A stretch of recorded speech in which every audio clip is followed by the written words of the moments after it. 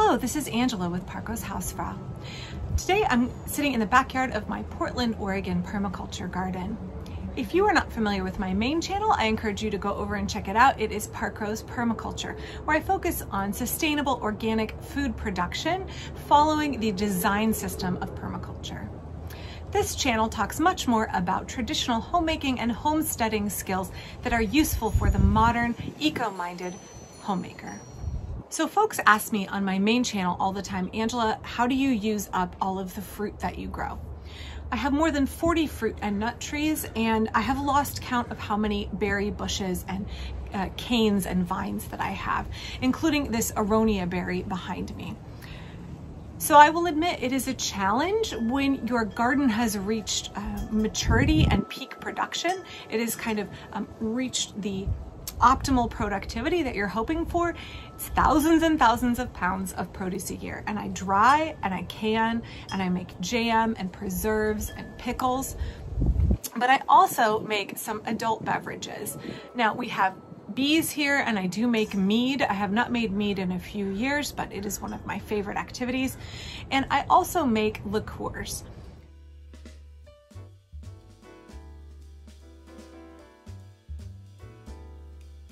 So today I'm going to be showing you my process for making homemade fruited liqueurs using the organic fruit that I grow here on my property, and taking just a little bit of that harvest and preserving it in a way that makes for a really special treat, a little aperitif. Mix a little bit in a cup of hot tea in the winter. Just a little nip is really nice and special and brings back those notes of the summertime garden. So I make several different flavors, and today I'm going to talk you through making berry ones. This system will work for any kind of berry that you want to use. Now, first I will caution a couple of berries that don't work very well that I have tried. I mean, they don't work for me. Maybe you will enjoy them. I don't like goji berry. It tastes to me like tomato liqueur. So if you really love the flavor of tomatoes, goji berry is a relative of tomato. Using fresh gojis, I did not like the way that this turned out very well. I've also tried using gummy berries, and they work better for making a bitter than for making a liqueur because they are quite astringent. Even at peak ripeness, they have quite a tang to them, and so I found that gummy berries work best when you are making a concentrated bitter.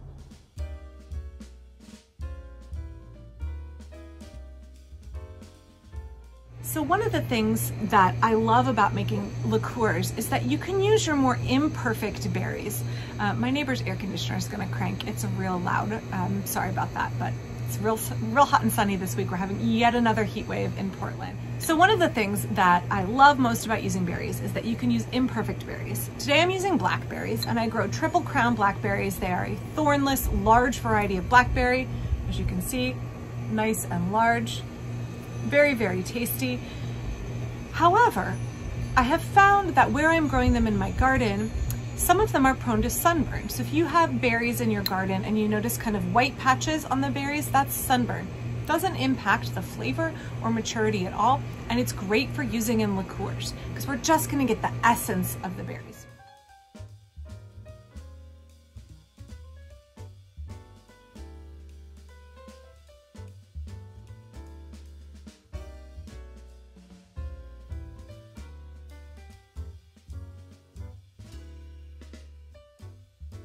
So to make your liqueur, you need any quantity of berries out of your garden. I usually like about 2 cups of fresh berries. You can mix and match however you want, but you can use any quantity. You just need a jar that you're going to fill all the way full, or as full as you want to, with the berries that you have on hand.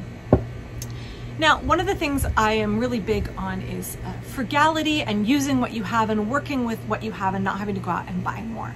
So I love recipes that are flexible and versatile and can be adapted to what you have in your pantry, what you have on hand, and the quantities that you have. So let me talk you through sort of the ins and outs of how you can mix and match ingredients to make delicious liqueurs, and I will have the master recipe in the description below. All right. For this process, we're going to need a quantity of fresh berries. Now, if you use delicate berries like these, you can just rinse them and use them as is. If you use blueberries, you might want to gently crush them a little bit to help release the juice. Cherries, I pit Plums I usually cut in half as well. You're gonna need some glass containers. Easy peasy, whatever size you have on hand for however much you want to make. Then you're gonna need some kind of hard alcohol. Now, for me, I like using vodka because it's clear, and when you're using a bright colored berry, the vodka itself doesn't darken or alter or disrupt the color in the finished product.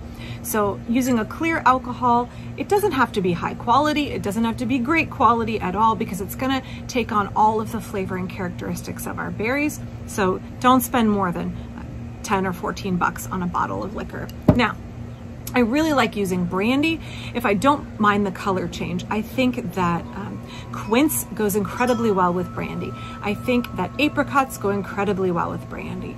If I'm going to use gin, I can use a whole array of fruits and get a really, really nice, more complex, more herbal finished liqueur. So just be aware when you're using gin, pick a gin with a flavor profile that is not too juniper heavy, and consciously consider what fruit you're adding. I really like dampen plums and a little bit of lime to make a really nice liqueur. Okay, you're also gonna need white sugar, but you won't need white sugar right away. We're gonna use this 2 weeks into the process.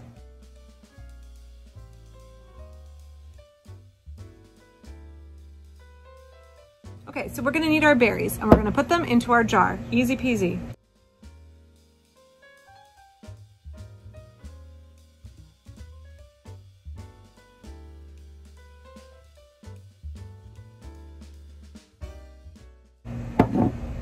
So I have my berries in my jar. I'm gonna take my alcohol.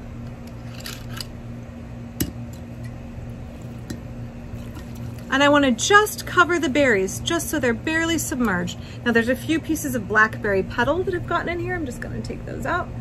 They won't help us. Okay, so I want my berries just barely submerged.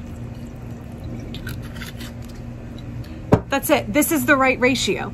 So however many berries you have, add just enough alcohol to cover your berries. Then you put a lid on, cover, let it sit for 2 weeks. I put mine in my kitchen cabinet where it is nice and dark, just let it set for 2 weeks. Now, every 2 or 3 days, I just take it and I gently go like that. That's it. You probably don't even have to do that.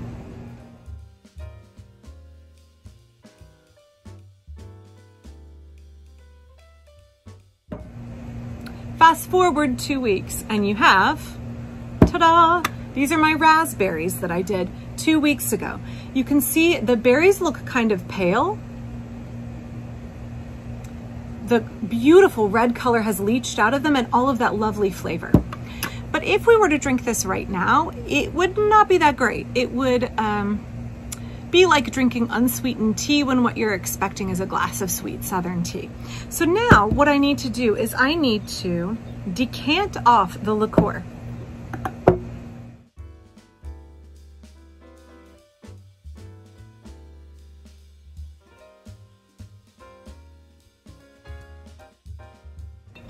All right, you can see how much color it sucked out of the raspberries, but we're not done yet. There's still more flavor in here. So this, I am going to put a lid on, put it in my cabinet. Next step. So we're 2 weeks in, now we need our sugar. What you want to do is take your white sugar, sprinkle it over the top. Same as before with the liquor. You want to put just enough to cover the top.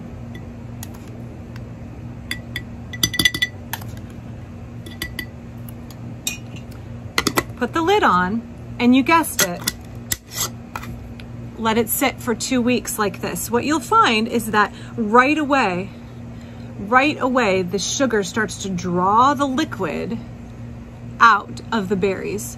So what we're doing is we're using the sugar to desiccate the remaining berries in the jar and draw all of the juice and alcohol and flavor out of the berries and into the sugar. So we're gonna let this sit for 2 weeks.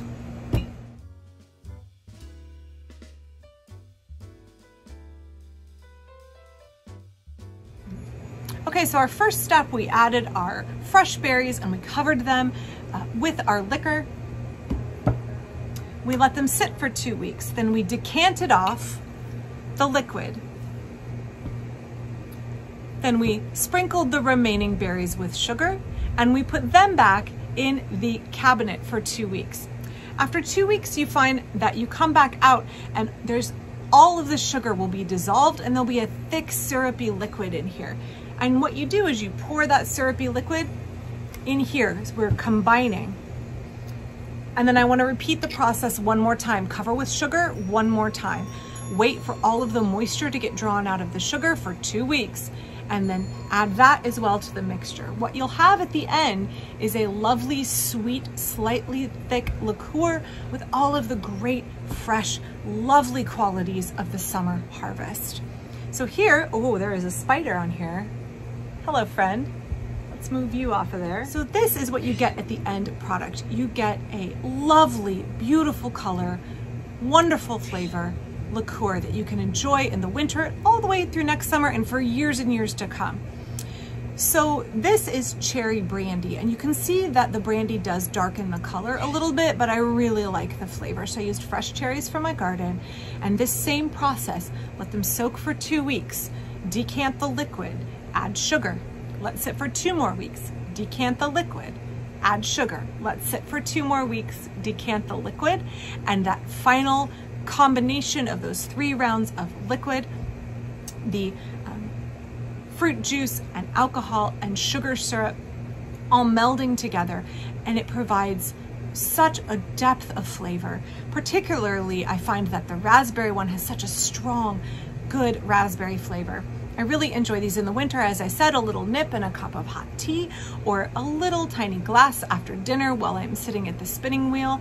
Just really, really nice and harkens back to all of the good things I love about the summer harvest. While homemade liqueur doesn't use up a tremendous amount of the summer harvest unless you are making vast quantities, it is a really great way to effectively and efficiently use up part of what you grow in the garden. And it is a way to preserve the memory of summertime, preserve the experience of summertime, and enjoy a little bit of it in the winter. I know that I really enjoy giving these as Christmas gifts to my friends. I feel like homemade, frugal, homegrown Christmas gifts are the way that our family likes to participate in that holiday, so it's keeping with our values.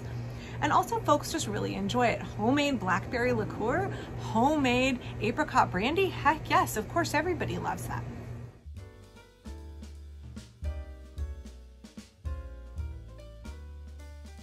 So I hope you enjoyed this video today.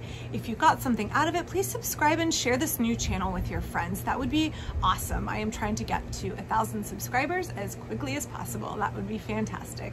You can also check out my main channel, Parker's Permaculture, and my Patreon, which is down in the description.